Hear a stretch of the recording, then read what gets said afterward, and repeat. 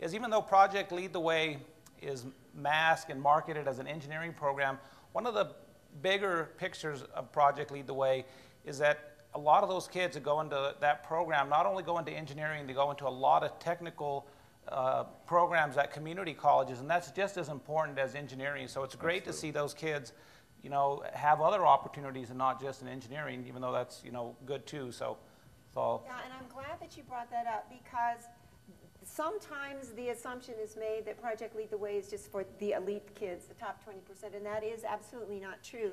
It serves as an amazing foundation or launching pad, if you will. I thought you would like that.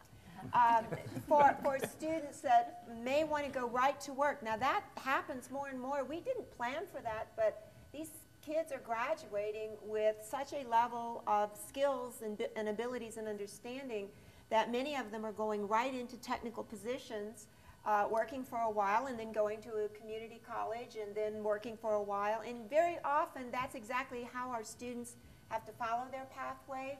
Or students will go right from high school because of an articulation agreement, dual credit. New Mexico is doing some great things with dual credit and then rolling right into the four-year university.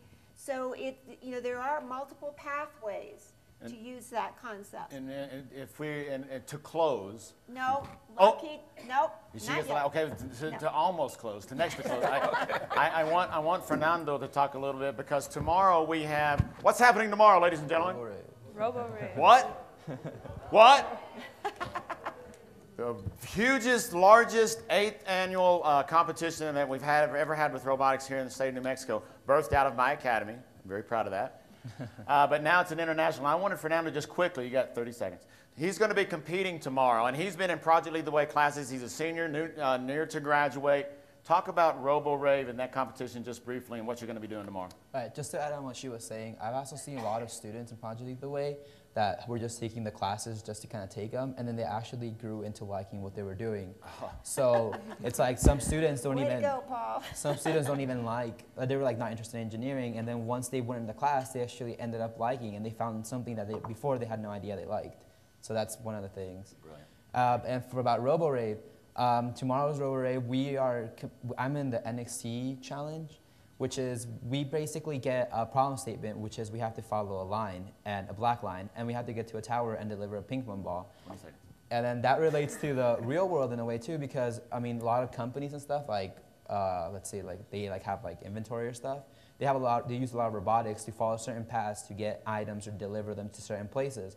So this is just really like lets you like relate to the real world and like engineering stuff to transport. And we just got a kit basically, and they told us what we had to do, and then they just let us do it. And we get the resources to program and the materials to do it, but it's pretty much all on our own. It's all on the students. And these robots now, don't think it's this Mickey Mouse remote control. These are brain-built, autonomous thinking, or responding to stimuli by programmed students, robots that will compete tomorrow. So come see us. Yeah, don't miss that. You will love that. And I would like for Kim to close and talk a bit more about Lockheed Martin and how they work with us. Well, certainly. One of the things that we see as part of our solution to the challenge that we're facing is an initiative that we call Engineers in the Classroom. And this initiative has a number of components. First of all, we want to make sure that we've got a rigorous curriculum, and that's really where Project Lead the Way comes in. And so we've got the curriculum element. What we also then do is want to make sure that whatever the students are touching and learning through that curriculum, they understand the relevance. So what you both were talking about in terms of how it applies to the real world. So our Engineers in the Classroom component really has that extracurricular piece where we embed things like robotics competitions, space day, those types of things to add the relevance to what they're doing. And then we also believe in the importance of relationships. So we actually get engineers in the classrooms. We have engineer in the classroom ambassadors that are individuals who go through learning programs, get in the classroom, and they really serve as role models, mentors, and coaches for the students. And then in addition to that, we also offer a small number, relatively small number, and we'd like to have more scholarships.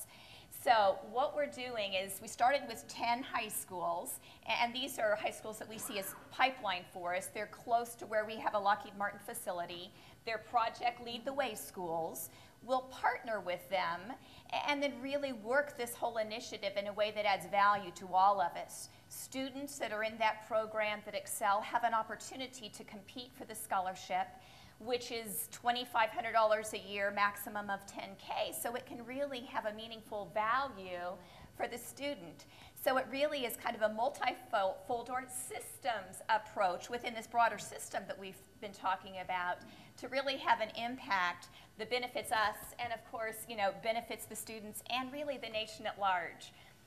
And really part of the reason why we do this, I'm going to share a quote from our CEO and president, Robert J. Stevens, because I think it's really compelling. And I brought a note so that I didn't mess it up because it's so important. And here's what it is. We must inspire today's young people to believe that if they become our future engineers, they can engineer our future.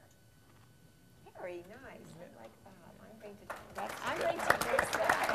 That was good. Now, Jamai, did you want to take any questions from the audience? Well, unfortunately, we have wonderful sponsors, and we're going to go do a sponsor break because we promised them time. So we're going to go take a break. We're doing good on time. What a great group. Is this not amazing? Give them a hand. Thank you. And I think Paul Stephenson is one of the greatest educators. Paul, thank you for all the work you did in putting this together, and Judith, you as well, and everyone. I want to recognize New Mexico State University is here doing all the filming. Thank you to Nate and Jonathan back there. We're going to have all of this on our wiki. So if you want to go tell everybody how awesome it was tomorrow and the next day, then you can just refer them to the wiki.